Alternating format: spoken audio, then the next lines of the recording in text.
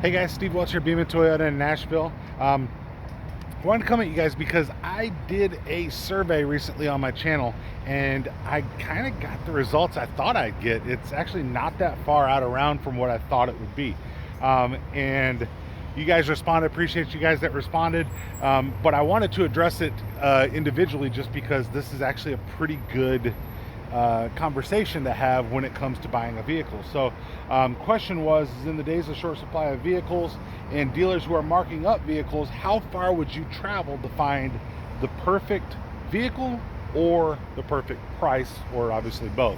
That's a very, very good question, I think, in these days and times. So there were several different answers that we could do, but one said I would not travel outside of my area. The other one was I would travel less than 500 miles, so obviously outside your area, but less than 500 miles.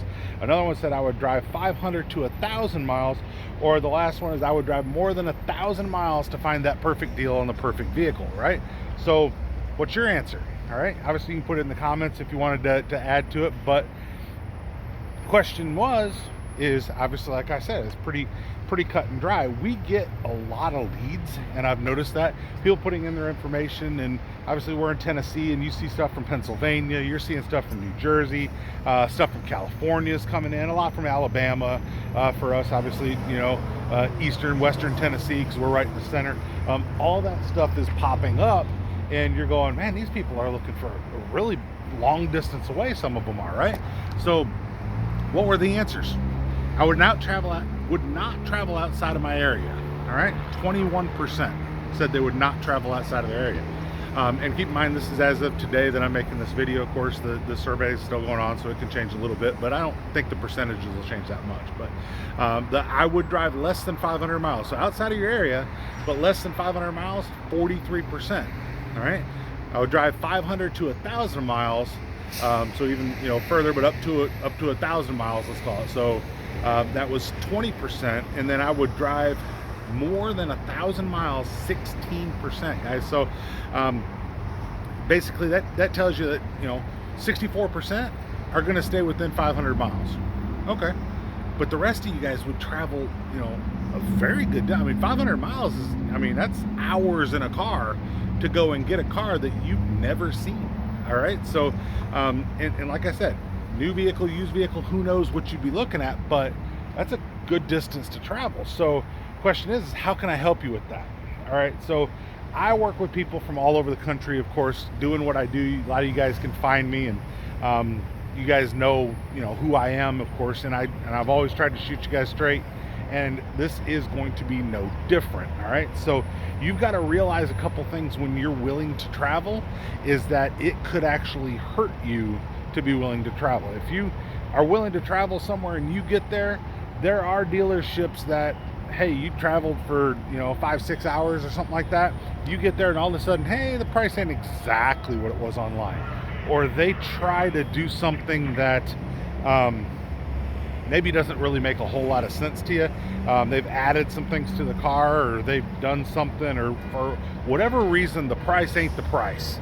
So when you travel a long distance, you got to make sure, check reviews, look on Google reviews, things along those lines, because you might be coming into something where you've just spent 6 or 8 hours on the road and it's not what you thought it was. The vehicle isn't represented right. There's things that are on the car that shouldn't be.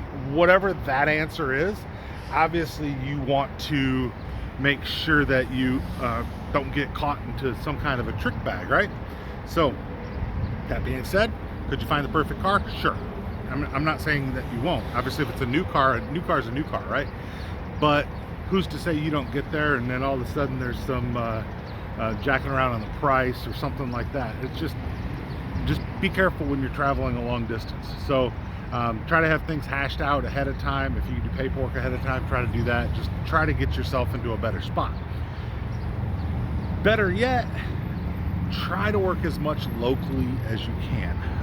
Realize that a dealership that will never see you for service is probably not going to be as nice to you as somebody who will.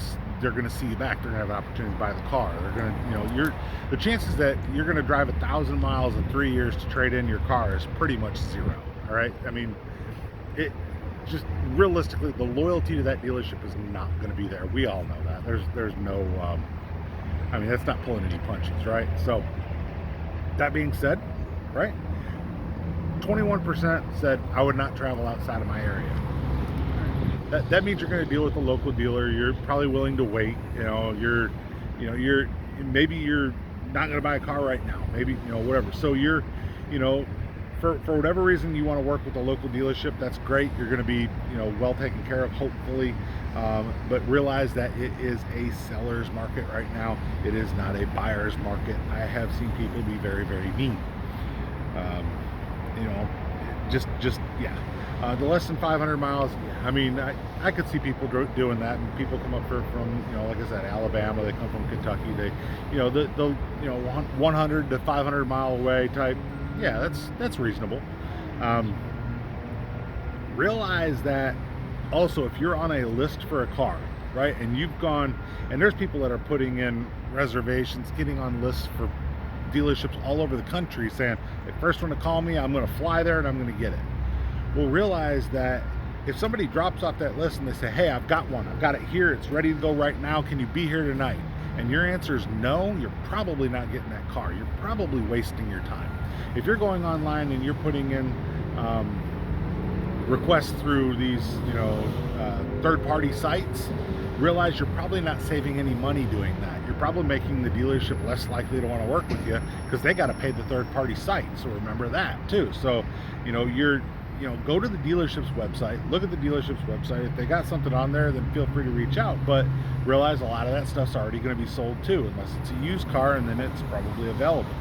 But if you look at all of these dealerships that are around, and I've passed dealership after dealership that have absolutely no inventory. And when you have inventory, like our dealership here, we've got about 500 used cars that we can sell, but all the new cars that are coming in are pretty well sold, with a couple of exceptions when people back out of them, right?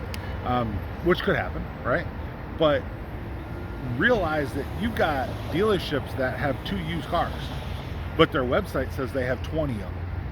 Well, there's only 2 that are there. So how does that work out? Well, the one that they sold a month ago is still on their website. But, it is what it is. So you're going to run into things like this. They might figure, hey, you're going to travel, 1,000 miles to our dealership. We've got, X number of used cars, however much it is, and you're coming for a Honda Accord. Well, they've got an Accord, a Camry, they've got a Chevy, whatever. They got cars that are close. They got a Nissan, and, we'll put you in one of those. Well, be aware that you might not be going there with somebody that is telling you the right thing. So, I know that, a lot of car salesmen have the reputation for being extremely honest, but just saying, it could be an issue when you guys do that. But how much does this tell us what the times have changed? It used to be, how much can I get off? And, when it comes to the price of a vehicle, now it's how much will I not pay over for the price of the vehicle. And it's crazy, but you're talking about used cars. Some used cars are selling for more than the new car equivalent would sell for. You just can't find the new car. So you got some of these cars, I've seen $100,000 cars that were normally 50. 50's high, but they're 100,000. Because they've added a market adjustment to them. So it's one of the things driving up the used cars, right?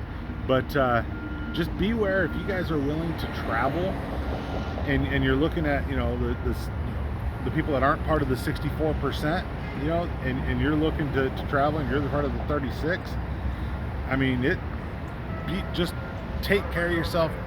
Make sure that you do the right things. Make sure that you try to cross your T's, dot your I's. Make sure you say that vehicle is on the lot correct. Or if you're putting a deposit down, realize that vehicle will be held for me. Right. Get it in writing. If they don't hold it for you, try to hold them to it. All right.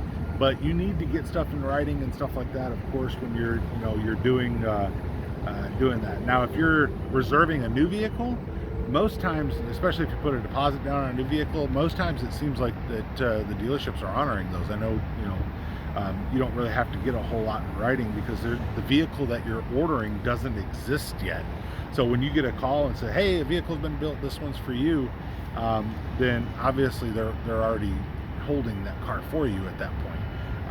But main part of what I'm talking about here is if you're going for a new car on the ground or if you're going for a used car that's on the ground, just try to make sure if you're traveling that amount of distance that you get something that's set up ahead of time, right? If you're doing something that that's kind of out of the normal. So now kind of talking back about the leads and how people are putting in information from thousands of miles away and whatever. So realize that when you're looking that way, you're liable to not get a response or to not get the response that you're looking for.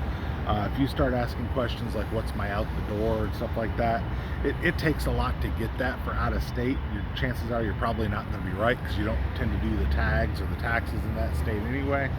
And a lot of times right now, being the market that it is, the person that you talk to, the salesman you talk to, isn't going to want to help because it's just too much work.